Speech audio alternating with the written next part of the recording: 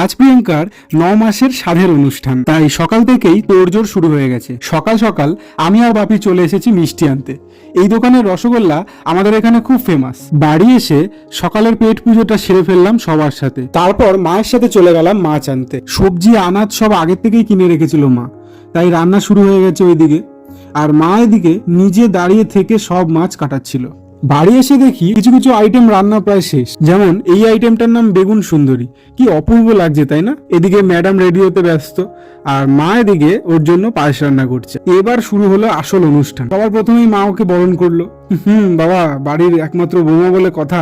তারপর পায়েস মিষ্টি খাইয়ে দিল। তারপর বাপিও আশীর্বাদ করলো তার বৌমাকে। তারপর যথারীতি দিদি, পিসি, মাসি, আমাদের প্রতিবেশীরা সবাই ওকে প্রাণ ভরে আশীর্বাদ করলো। তারপর প্রিয়াঙ্কাকে সাজিয়ে গুছিয়ে খেতে বসানো হলো। তার সাথে সমস্ত নিমন্ত্রিত আত্মীয় স্বজনদেরও খাওয়া দাওয়ার পর্ব একে একে শেষ হলো।